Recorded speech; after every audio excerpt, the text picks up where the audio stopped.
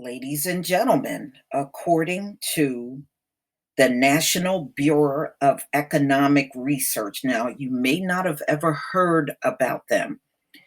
This is the organization that comes out and officially announce if the country is going through a recession, and they have done it today, Monday, June 8th, 2020. They have been making announcements about the recession since 1979. So this is CNN Business, June 8th, 2020. I don't believe any of us are surprised, but this is really the official announcement. We knew this was happening long before now. So it's official. The recession began in February. The longest economic expansion in American history is officially over. The National Bureau of Economic Research declared Monday that the recession began in February. The economy collapsed so rapidly that NBER wasted no time in announcing a recession, a stark contrast to previous downturns when the body took upward of a year to declare what most people already knew. This was the fastest that NBER has declared any recession since the group began formal announcements in 1979.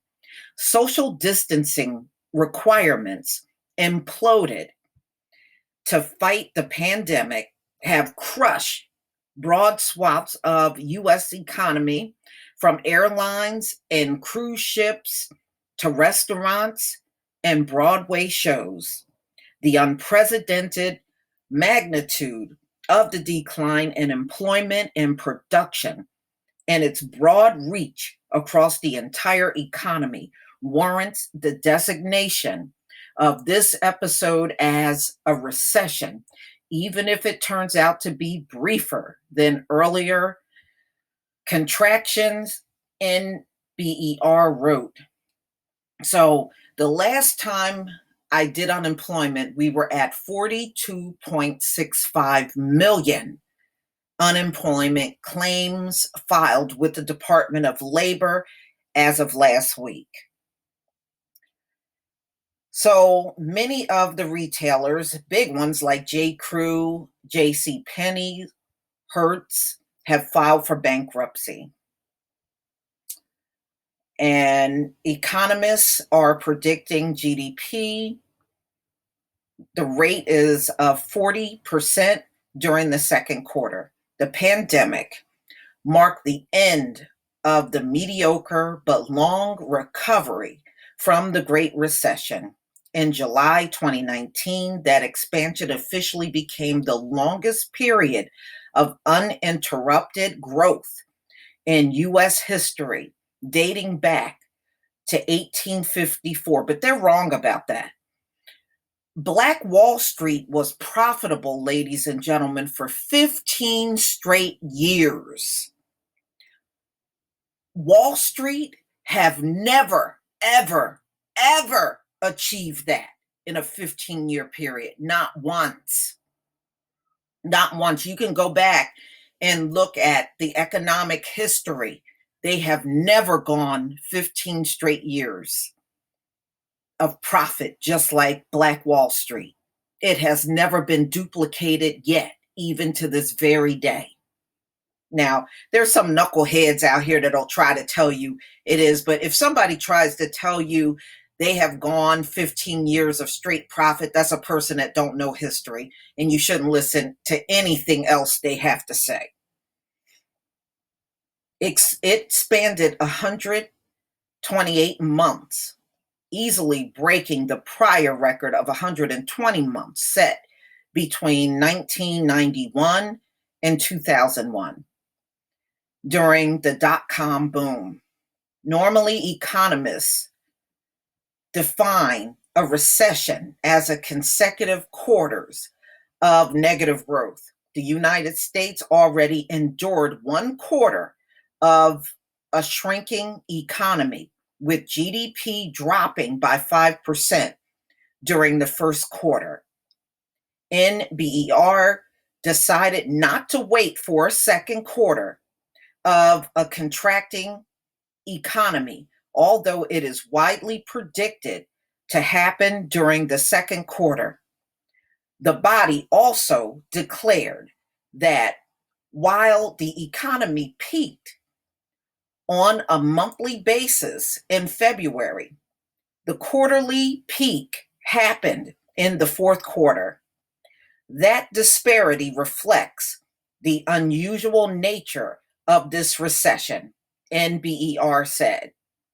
The economy has the economy contrasted so sharply. In March, NBER said that by the first quarter, GDP and employment was significantly below the levels of the previous recession, which began subtly, causing significant lag before NBER declared them. For example, NBER didn't announce until December 1st, 2008, that the United States has tumbled into recession the prior December. By then, Bear Stearns and Lehman Brothers had already collapsed. The stock market had imploded, and Fannie Mae and Freddie Mac were taken over by the government.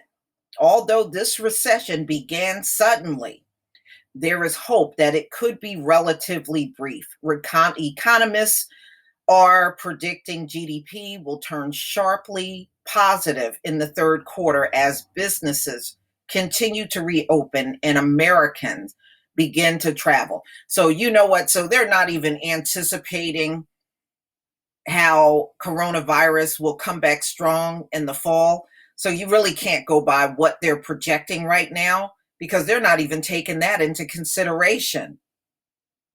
Congress and the White House has passed a record-breaking stimulus package that provided direct aid to households, forgivable loans to small businesses, and bailouts to some large companies. The Federal Reserve is taking steps that make its response to the 2008 financial crisis look tame. The Fed has slashed interest rates to zero, promised to buy an unlimited amount of bonds, and rolled out a series of emergency lending programs. The U.S. Central Bank is even for the first time directing the purchase of corporate bonds, including junk bonds. These steps have unlocked financial markets that froze in March, freeing even highly leveraged companies to borrow. Wow. Mm-mm-mm. The recovery on Main Street may not be as swift as parts of the economy, including restaurants, movie theaters, airlines, and cruise lines, may not be the same until a vaccine is developed. And the risk of a second wave of infections that forces parts of the United States to go back into lockdown remains the biggest threat to the recovery. So there you have it, ladies and gentlemen. The National Bureau of Economic Research has officially declared the U.S. in a recession. Y'all, please tell me what you think. We knew this was happening long before this announcement. Please leave your comment and subscribe. Don't forget to hit on the notification bell, and I'll see you on the next video. Peace, family.